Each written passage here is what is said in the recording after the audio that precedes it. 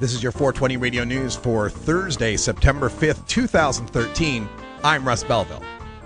Mexico City considers legalizing marijuana and creating smoking clubs, from FoxNews.com.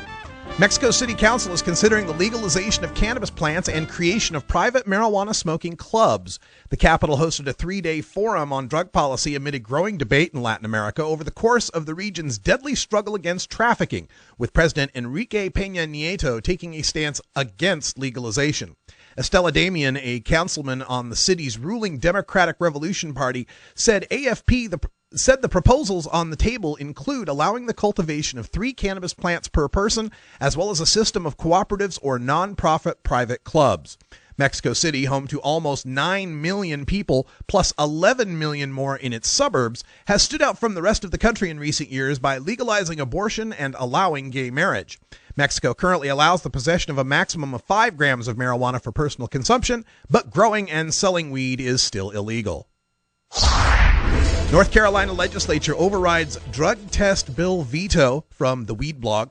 North Carolina's Republican Governor Pat McCrory last month vetoed a welfare drug testing bill championed by his own party in the legislature, saying it was, quote, a recipe for government overreach and unnecessary government intrusion, end quote, and, quote, not a smart way to combat drug abuse, end quote.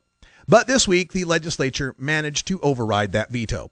In votes in the General Assembly Tuesday and the Senate Wednesday, the Republican-controlled legislature chose to move forward with the drug tests, which will require some welfare applicants to pay out of their own pockets for drug testing before they can receive benefits. 6 Democrats joined the Republicans in the Assembly, making the veto possible by a margin of just 2 of the needed 3/5 of elected members. 3 Republican Assembly members voted against it. In the Senate, 3 Democrats voted for the override, with no Republicans voting against it. Republican senators had enough votes to override the veto on their own. State rules Seattle to get 21 of 334 marijuana retail stores, from the Seattle Post-Intelligencer. When the state starts handing out licenses for selling marijuana, Seattle could be home to 21 retail stores. These stores can't sell anything other than pot-infused products, and paraphernalia, and cannot be part of another store. The total of 334 stores would be allocated by population and accessibility. Those who qualify for retail licenses will only be able to get 3 location licenses, or not more than 33% of the local market where they intend to open stores. They also cannot sell over the internet.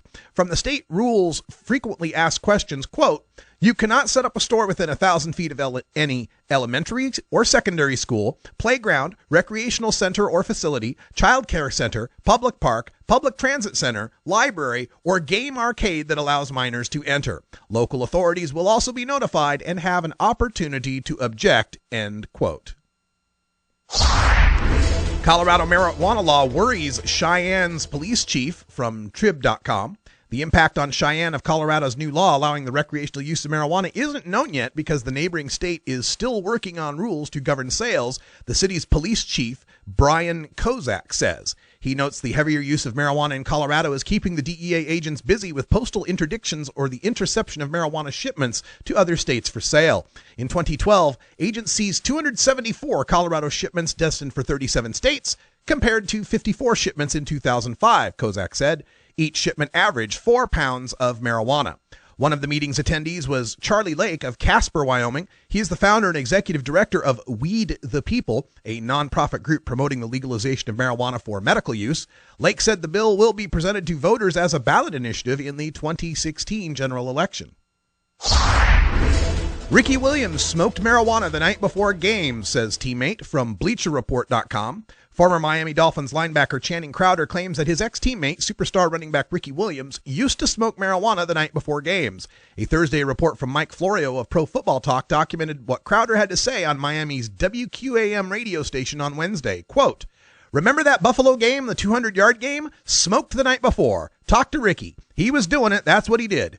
Ricky had social anxiety and he smoked weed. Ricky's marijuana didn't affect the team until he got caught smoking. Him smoking weed, sitting in his house smoking weed, didn't affect anybody but Ricky. He got high, then he sobered up, and then he went to practice the next day. Florio suggests the prominence of marijuana in the NFL is greater than people realize. He explains that players not in the substance abuse program only get tested for it once a year, and the testing window opens April 20th. This has been your 420 Radio News for Thursday, September 5th, 2013. I'm Russ Belville. When we come back, we go behind the headlines to debunk the often cited 8-point IQ loss for adolescent users of marijuana by showing data how poverty much more greatly affects one's IQ. You're listening to The Russ Belville Show on 420radio.org. We are listener supported. Please make your donations today at 420radio.org.